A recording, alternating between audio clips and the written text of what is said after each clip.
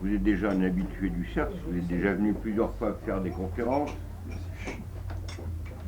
entre autres pour vos traductions de l'italien d'auteurs qui se sont penchés à étudier le christianisme primitif, donc Thomas en Inde, entre autres, l'attitude de l'Empire romain vis-à-vis des chrétiens. Et là, vous venez de sortir un dernier livre, Ambroise et la naissance de l'Empire romain chrétien. Après une période de persécution, pour des motifs légaux. Je pense que vous le direz dans l'introduction, peut-être les empereurs, du moins certains, pouvaient être conciliants, surtout qu'il y avait des chrétiens dans leur propre famille, mais le Sénat, gardien des vieilles traditions romaines, pour montrer entre autres son indépendance, s'oppose à toute mesure favorable aux chrétiens. Et bien sûr, d'autres, et on le voit dans les actes des martyrs, dénonceront les chrétiens, mais je ne veux pas aborder ce sujet n'ayant pas envie d'aller à la 17e chambre. Donc je pense que tout le monde a compris. D'ailleurs, dans les actes des apôtres, avant la Pentecôte, qu'on va bientôt célébrer, les apôtres sont enfermés au Sénat, au Cénacle, et qu'est-ce que l'auteur sacré dit? Propter metu, et je complète. Donc après, qu'est-ce que vous aurez? La paix constantinienne, qu'on pourrait croire, du moins si on prend des lunettes de Vatican II, que c'est la liberté religieuse. Ce qui préoccupe Constantin, comme précédemment dans l'Empire romain, c'est le devoir que l'on doit à Dieu. Donc ce sont des droits objectifs, donc ça n'a rien à voir avec la problématique moderne des droits subjectifs. Je pense que j'en ai dit assez, je pense que sur certains de ces points, on reviendra. À vous, cher ami. Merci. Merci. La question, en fait, le frère Thierry a raison de l'aborder du point de vue légal parce que c'est là que tout se joue. Le rapport entre les chrétiens et l'Empire romain, c'est une question légale qui part mal dès le départ, malheureusement, malgré des postulats pourtant qui semblaient favorables. A priori, Rome et le christianisme avaient, on va dire, tout pour s'entendre, puisqu'il s'agit de deux universalismes qui prenaient au niveau, on va dire, symbolique et historique la succession de deux exclusivismes qui étaient l'hellénisme et le judaïsme, dans le sens où la cité grecque divise le monde entre grecs et barbares, et comme le tribalisme juif divisait le monde entre juifs et gentils. Or, chez les chrétiens, donc, vous savez bien que face à Dieu, il n'y a plus ni juif ni grec, tandis que Rome, depuis sa création, avait progressé en étendant sa citoyenneté au peuple conquis. Depuis les guerres du Latium, jusqu'à César qui fait rentrer des Gaulois au Sénat, ou Paul, qui devient lui-même romain, tout en étant né en Asie mineure. Donc, c'est la raison pour laquelle Tibère avait vu dans le christianisme un messianisme juif non politisé, sans dimension anti-romaine, qui lui semblait particulièrement utile au niveau politique. Pour prendre le pouls du judaïsme politique de l'époque, vous pouvez lire un petit livre, un petit roman historique du professeur de théologie, il me semble qu'il est allemand, Gerd Tyson, qui s'appelle À l'ombre du Galiléen, qui est assez mal écrit, mais qui est construit uniquement à partir des sources, et qui montre comment le monde juif, à l'époque de Jésus, vit politiquement et religieusement l'occupation romaine. Et il illustre à travers c'est l'histoire d'un agent qui va essayer d'infiltrer les différentes mouvances juives, et il illustre vraiment à quel point n'importe quel prétexte religieux est employé pour empoisonner la vie de Pilate qui va gouverner. Donc, pour Tibère, la reconnaissance impériale, en donnant la reconnaissance impériale au christianisme, il pouvait le soustraire à l'autorité du Sanhédrin. Et donc éviter les répressions, et lui permettre son développement, et donc une pacification de la province de Judée. Donc c'est l'argument légal qu'a évoqué le frère Thierry, qui est en fait le Senatus Consulte constitué en 1935, qui voit le Sénat, qui avait le monopole des questions, de la décision sur l'autorisation des cultes, refuser la proposition de Tibère pour une raison simplement d'honneur en fait.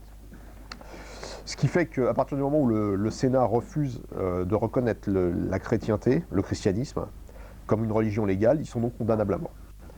La loi étant fixée, on ne peut pas revenir dessus, et donc les empereurs ils ne détiennent jamais que l'imperium, c'est-à-dire le pouvoir que leur confie Rome, ils sont donc obligés de l'appliquer ou de la contourner, mais ils ne peuvent plus l'annuler. À propos du Senatus Consulte, je voudrais faire juste un petit détour. C'est Tertullien qui en parle dans son apologétique à la fin du IIe siècle, pour dire que bien que la légalité, que légalement les chrétiens étaient illicites, les empereurs, seuls les mauvais empereurs avaient persécuté les chrétiens. Et donc le Senatus Consulte est considéré peut-être comme une... n'a pas été, son existence n'a pas été recueillie par tous les historiens parce qu'elle venait d'un auteur apologétique, en fait d'une apologie. Mais quand Tertullien l'évoque à la fin du IIe siècle en l'adressant aux sénateurs, il l'adresse à des gens qui ont accès aux archives du Sénat, qui peuvent le consulter et qui savent que ce Senatus Consulte avait été utilisé quelques années plus tôt dans la... Pardon ? Quelques années plus tôt dans une affaire juridique qui avait vu la condamnation à mort d'un sénateur sous commode. Il y a quelques années, on a découvert une mention de ce Senatus Consulte chez un auteur païen, finalement, donc chez Porphyre de Tyr, dans son texte contre les chrétiens, où il explique justement que si le Christ était apparu aux sénateurs de Rome, plutôt qu'à des inconnus dans une province reculée, ça aurait empêché, ce qu'il dit, que les sénateurs adoptent un Senatus Consulte unanime qui condamnait à mort les chrétiens. Donc on voit vraiment qu'il y a une base juridique qui a été adoptée de manière unanime. C'est ça c'est l'information que donne spécifiquement Porphyre de Tyr. Alors pour revenir à Tertullien, il disait que seuls les mauvais empereurs avaient persécuté les chrétiens jusqu'au IIe siècle. Il pense évidemment à Néron. Et il essaye de retenir le glaive de Marc Aurèle. Il pense à Domitien, mais il souligne que les 3 années qu'ont suivi le Senatus Consulte n'avaient vu aucune persécution des chrétiens par Rome. Donc, comme l'a dit le frère Thierry, les dangers pour les chrétiens, initialement, en province de Judée, venaient des Juifs, évidemment. Donc, il a cité le propter metum Judeorum. Il y avait aussi, par la crainte de ceux de la circoncision, il y a aussi Joseph d'Arimathie qui est dit qu'il était disciple de Jésus dans le grand secret, enfin dans le secret par peur des Juifs. Et c'est aussi une des raisons pour lesquelles, dans les évangiles, Jésus semble éviter les grandes villes. Il est en Galilée, mais il ne va pas à Césarée, il va au lac de Tibériade, mais on ne sait pas s'il va à Tibériade, et il ne va pas à Séphoris, qui est la grande ville romaine, la grande ville romanisée et commerçante de Galilée. Il est dans une stratégie d'évitement des centres où la loi peut s'exercer et où la synagogue est implantée. Et donc dès 1936, à Jérusalem, il y a la mort d'Étienne. En 1962, dès qu'il y a vacance du pouvoir romain, parce que il y a un interrègne entre les gouverneurs, le grand prêtre Anani fait tuer Jacques le Mineur, qui était le premier évêque de Jérusalem. Il y a aussi effectivement à cette époque des troubles démarrés par les païens contre les chrétiens, qui sont mentionnés dans les Actes des Apôtres, mais ils sont relativement mineurs. De mémoire, j'en cite 2, donc c'est Paul qui va à Césarée de Philippe et qui guérit une voyante qui irrite la population locale, et un autre où les commerçants qui font des miniatures du temple d'Artémis à Éphèse l'accusent d'avoir prêché contre Artémis. Et donc il y a une sorte de soulèvement des commerçants contre Paul, qui se plaignent dans les 2 cas au gouverneur romain, mais les magistrats au gouverneur romain ne donnent pas suite aux poursuites. C'est la même chose quand les synagogues locales se plaignent contre Paul. À 2 reprises en Judée et à Corinthe, les fonctionnaires romains ne le poursuivent pas.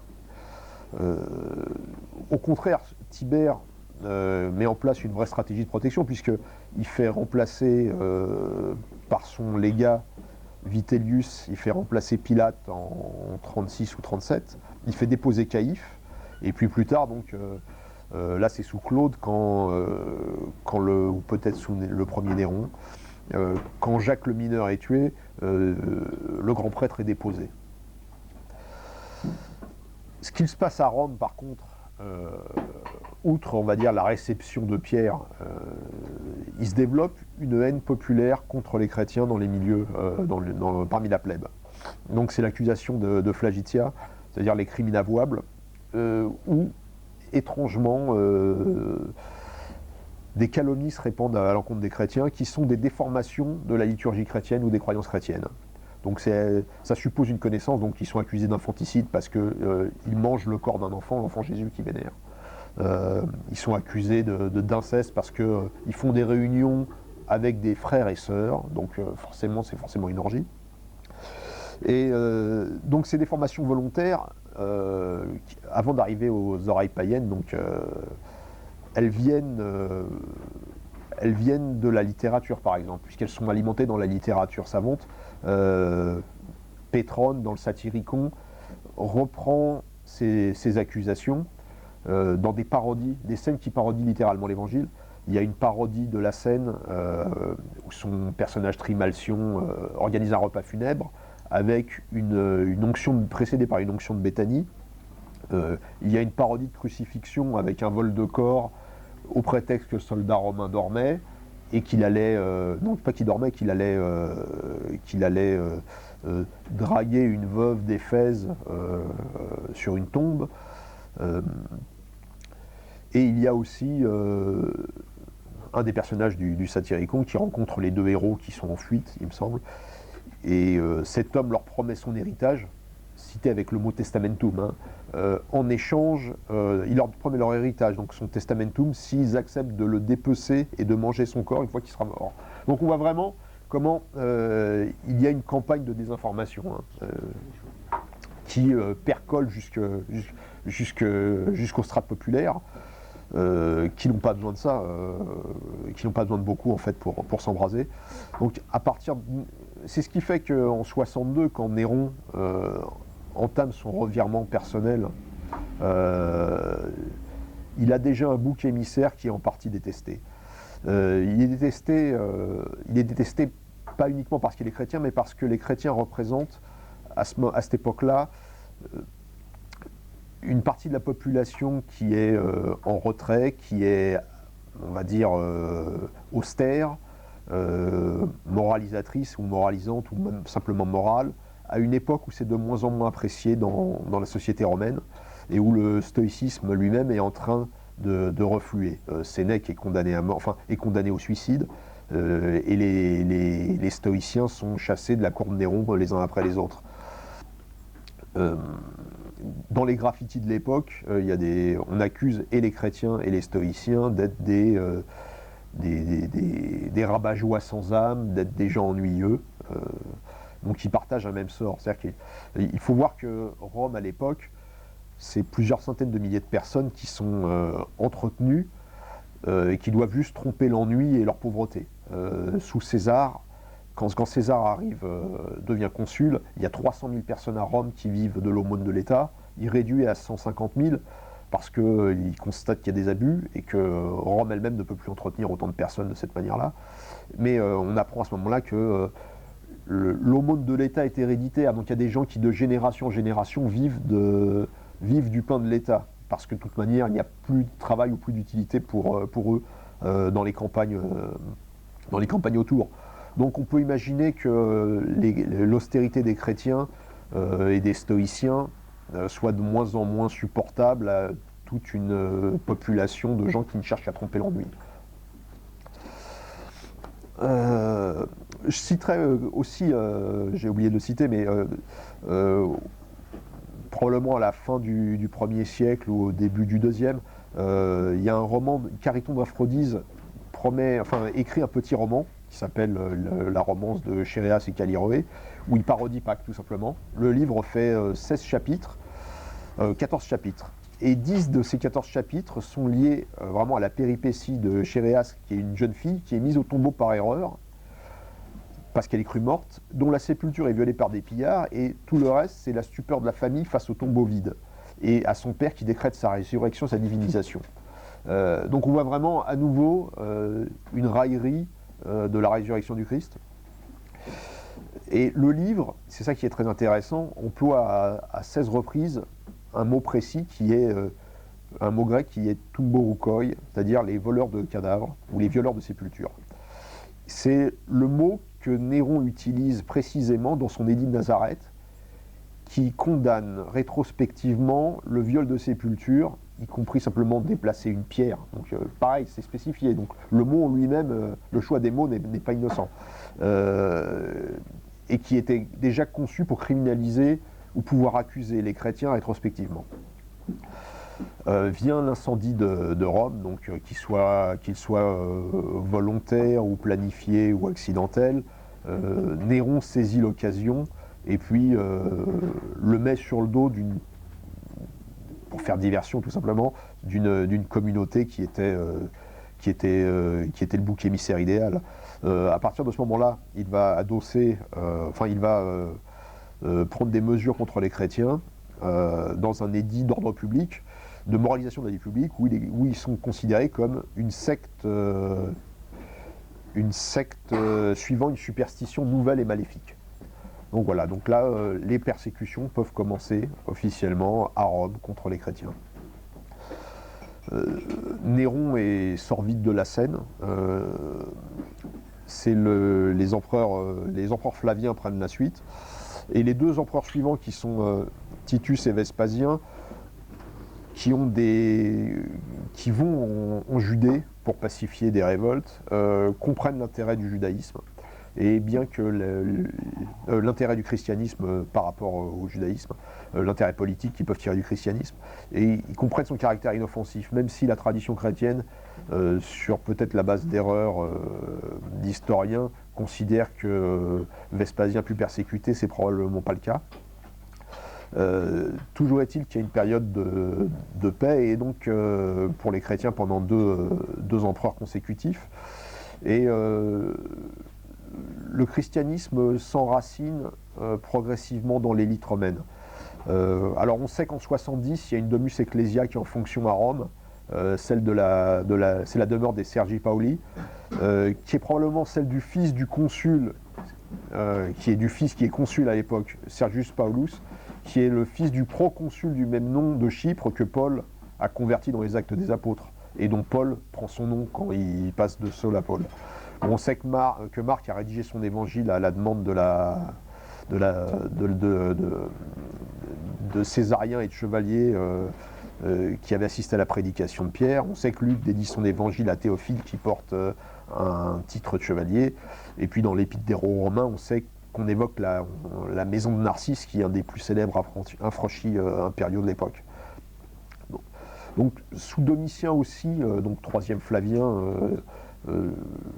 tout était parti pour que les chrétiens puissent continuer leur vie en bonne intelligence avec le pouvoir, à condition bien sûr qu'ils restent cachés, puisque l'illégalité du christianisme reste un fait. C'est-à-dire que si quelqu'un est découvert chrétien et qu'il l'affirme, il est condamnable. Donc il se trouve que à l'époque de Domitien, pour des raisons de finances, Domitien est très attentif à la perception du fiscus judaicus, c'est-à-dire l'impôt que les juifs doivent verser pour pouvoir échapper aux coutumes et aux obligations religieuses que les autres sujets de l'Empire, auxquels les autres sujets de l'Empire sont soumis. Donc on s'aperçoit à cette occasion qu'il y a dans l'aristocratie romaine donc des gens qui vivent à la juive mais qui ne se déclarent pas juifs, qui ne payent pas l'impôt juif, même s'ils ont l'air de suivre des mœurs juives.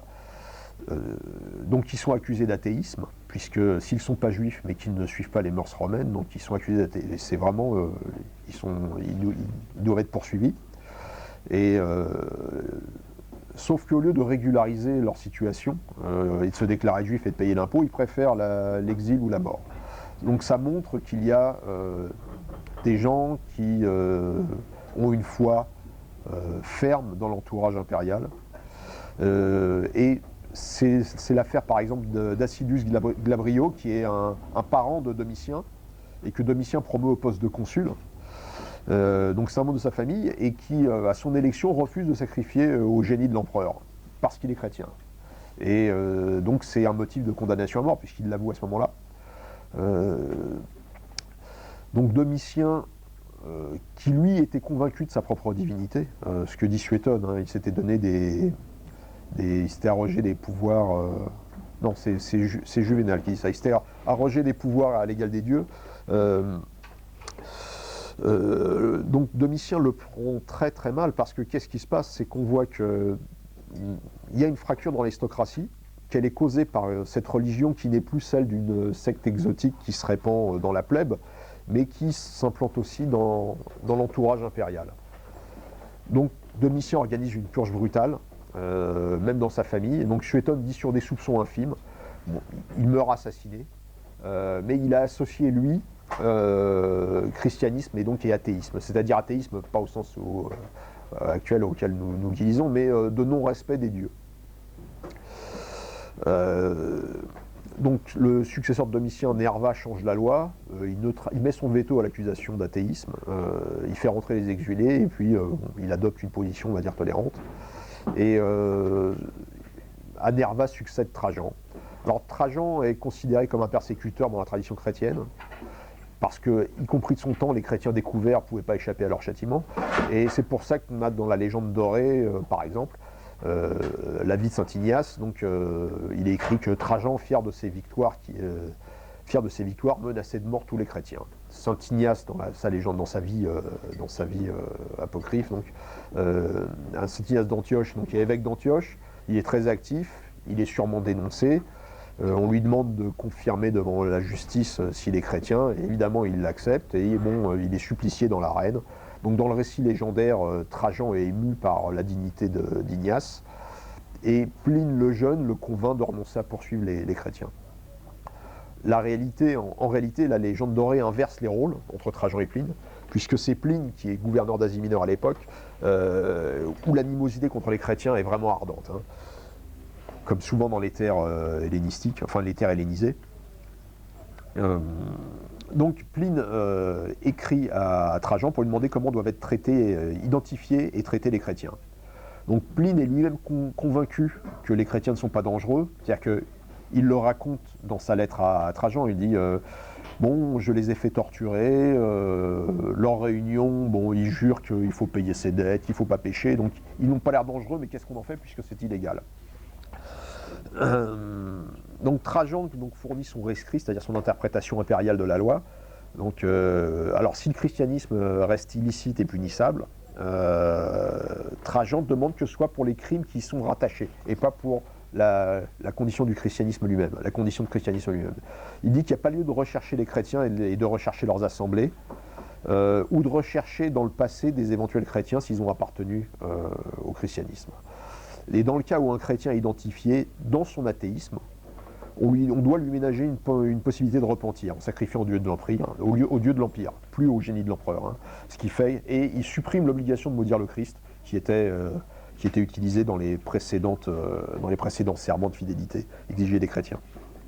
Alors on note au passage que Trajan, qui avait fait interdire toutes les assemblées et sociétés secrètes en Asie mineure, à cause des risques de complot antichrétiens, dit qu'il n'y a pas de raison de rechercher les assemblées de chrétiens, donc c'est vraiment qu'il est convaincu de la totale non-dangerosité du christianisme. Donc ce qui se passe, c'est que Trajan donne à Pline des normes juridiques pour organiser un mur d'opacité autour des chrétiens, c'est-à-dire qu'on n'a plus à les rechercher, qu'eux ne se fassent pas pincer et tout ira bien. Et donc il garantit leur clandestinité, puisque les empereurs successifs vont renforcer. Adrien dit qu'avec son propre rescrit, quand on accuse quelqu'un de christianisme, c'est l'accuser de fournir les preuves, que les preuves doivent porter sur un crime spécifique et non sur l'appartenance au christianisme. Et Antonin le Pieux reconduit ces normes et interdit aux magistrats de s'autosaisir contre les chrétiens. Donc on voit vraiment, là, ce sont des périodes sans persécution, de masse, même pas locale. Arrive Marc Aurèle, et lui se trouve contraint de réautoriser, de restaurer les poursuites ex officio contre les chrétiens. C'est-à-dire que les magistrats peuvent se saisir et doivent chercher les chrétiens. Probablement, en fait, sous l'effet du montanisme.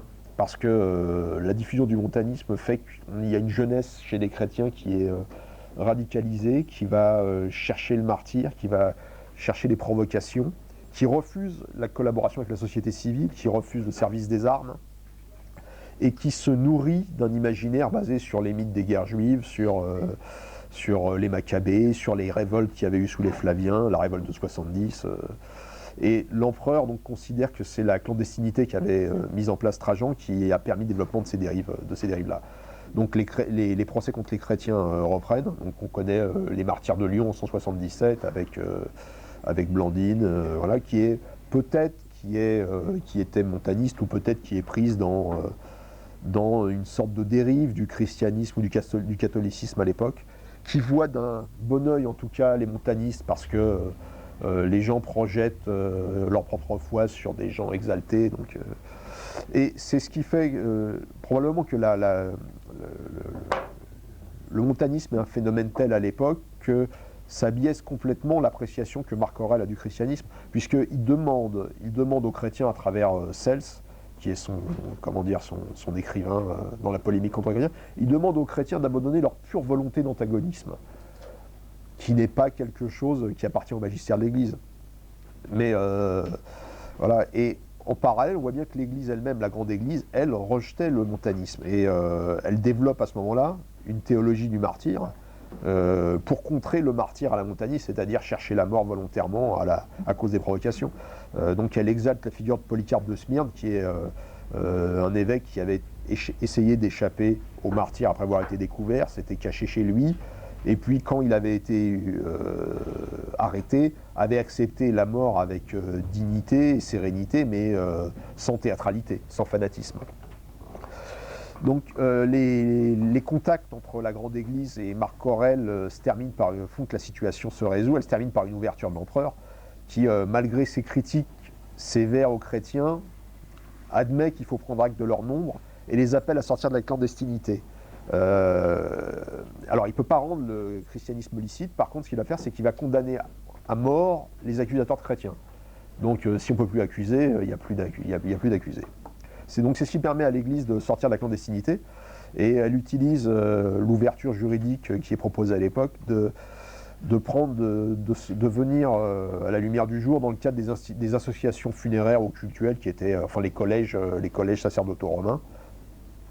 Et donc, comme l'Église possède des cimetières, c'est sous cette forme-là, en fait, d'association funéraire, ou souvent même d'aide, qu'elle devient un interlocuteur de l'État. Après, donc, on rentre dans la période des Sévères, qui reste sur cette ligne-là, qui est décrite par Tertullien comme une période de longue et bonne paix. C'est-à-dire plusieurs empereurs, peut-être 4, il me semble qu'ils sont 4, qui sont extrêmement favorables au christianisme, malgré des persécutions locales qui peuvent arriver en Égypte ou en Afrique du Nord en 202, quand il y a plusieurs célébrations liées à la figure impériale, puisque les Sévères viennent d'Afrique du Nord. Et puis on doit fêter en même temps le mariage de Caracalla, le retour de Septime Sévère à Rome, et les populations locales remarquent que les chrétiens ne participent pas de la même manière que les autres, pas de couronne de laurier, pas de flambeau, et donc il y a une éruption de violence appuyée par le magistrat, et on persécute. Une persécution locale que l'histoire a retenue, que l'histoire chrétienne et la tradition a retenu comme une persécution de Septime Sévère. Or, Septime Sévère n'est pas un persécuteur, il fait partie au contraire de ceux qui ont essayé de normaliser le christianisme, qui ont demandé une reconnaissance au Sénat qui a été refusée à cause des aruspices, c'est-à-dire des augures traditionnels qui pensaient que si on reconnaissait le christianisme, Rome cesserait d'exister. Vous avez Sévère Alexandre qui confie à Sextius Africanus, qui est un auteur chrétien, la constitution des bibliothèques du Panthéon, C'est-à-dire qu'il y a une ascension des chrétiens dans ce qu'on appellerait les hauts corps d'État à ce moment-là. Et puis Sévère Alexandre met en place une sorte de culte syncrétique qui est le culte du dieu le plus haut, le Summus Deus, qui a une vague divinité, enfin qui est une divinité anonyme, mais à dimension solaire, qui peut séduire les philosophes avec les néoplatoniciens, qui peut séduire les juifs et les chrétiens, puisqu'il y a un dieu au-dessus du Panthéon, autour duquel, en fait, cette dynastie essaye de fédérer une unité religieuse de l'Empire. Après les Sévères vient Philippe l'Arabe, que donc Martha Sordi, qui est l'auteur dont je m'inspire pour faire ce résumé, dit qu'il est le premier empereur chrétien de l'histoire, et qui, en se basant sur un fait particulier, en 244, c'est-à-dire qu'on est 145 ans avant que Théodose que Théodose soit refoulé par saint Ambroise de la basilique de Milan. Donc en 244, l'évêque d'Antioche Babila refuse à Philippe l'accès à l'office de Pâques parce qu'il estime que l'empereur doit faire pénitence, probablement pour l'assassinat de Gordien III, son prédécesseur. L'empereur accepte et on voit un empereur qui se soumet à un rituel de pénitence chrétien pour un crime public. Ça montre à minima le poids que peut prendre l'Église dans le débat public en quelques décennies. C'est étonnant, et justement c'est probablement ce qui a pu choquer, cette accélération, enfin cette prise de poids violente de l'Église dans le débat public. C'est ce qui a pu choquer le paganisme institutionnel et dans la noblesse, puisque l'empereur suivant, Dès, va être le premier qui va tenter non pas de persécuter des populations, mais de revenir aux équilibres antérieurs, c'est-à-dire de restaurer le paganisme dans sa position. Donc il vient après Philippe l'Arabe, et donc ce qu'il va faire, c'est qu'il va prendre le contre-pied de Philippe l'Arabe et essayer de liquider l'héritage pro-chrétien des dynasties antérieures. En mars 250, Dès lance une campagne de restauration générale, qui s'accompagne d'habituelles éruptions de violence en Asie mineure et en Égypte, où tous les sujets de l'Empire doivent aller se rendre devant une commission pour recevoir un libelle de bonne religiosité. Et les libelles ont été conservés, je crois qu'il y en a plus de 43 pour l'Égypte à l'époque, qui datent de l'été 250, où donc les sujets de l'Empire doivent accomplir des libations, consommer de la viande sacrifiée et déclarer avoir toujours sacrifié pieusement et vénéré les dieux. Dès cherche en fait à obtenir l'apostasie des chrétiens, une apostasie théâtrale, parce qu'il faut aller dans le centre-ville, dans les grands temples, jurer devant tout le monde qu'on n'est plus chrétien ou qu'on ne l'a jamais été. Et c'est une persécution qui en fait ne fait pas un grand effet, parce que c'est une aberration juridique déjà, puisque ça demande à des gens de fournir la preuve de leur innocence. Et puis Dès meurt peu après, de toute manière, et en vrai il n'y avait pas réellement de suivi de cette persécution. Dès voulait une victoire théâtrale, mais les magistrats n'enquêtaient pas ou ne condamnaient pas les retours au christianisme après l'abjuration. Donc la persécution de Dès en fait fait assez peu d'apostats et peu de martyrs.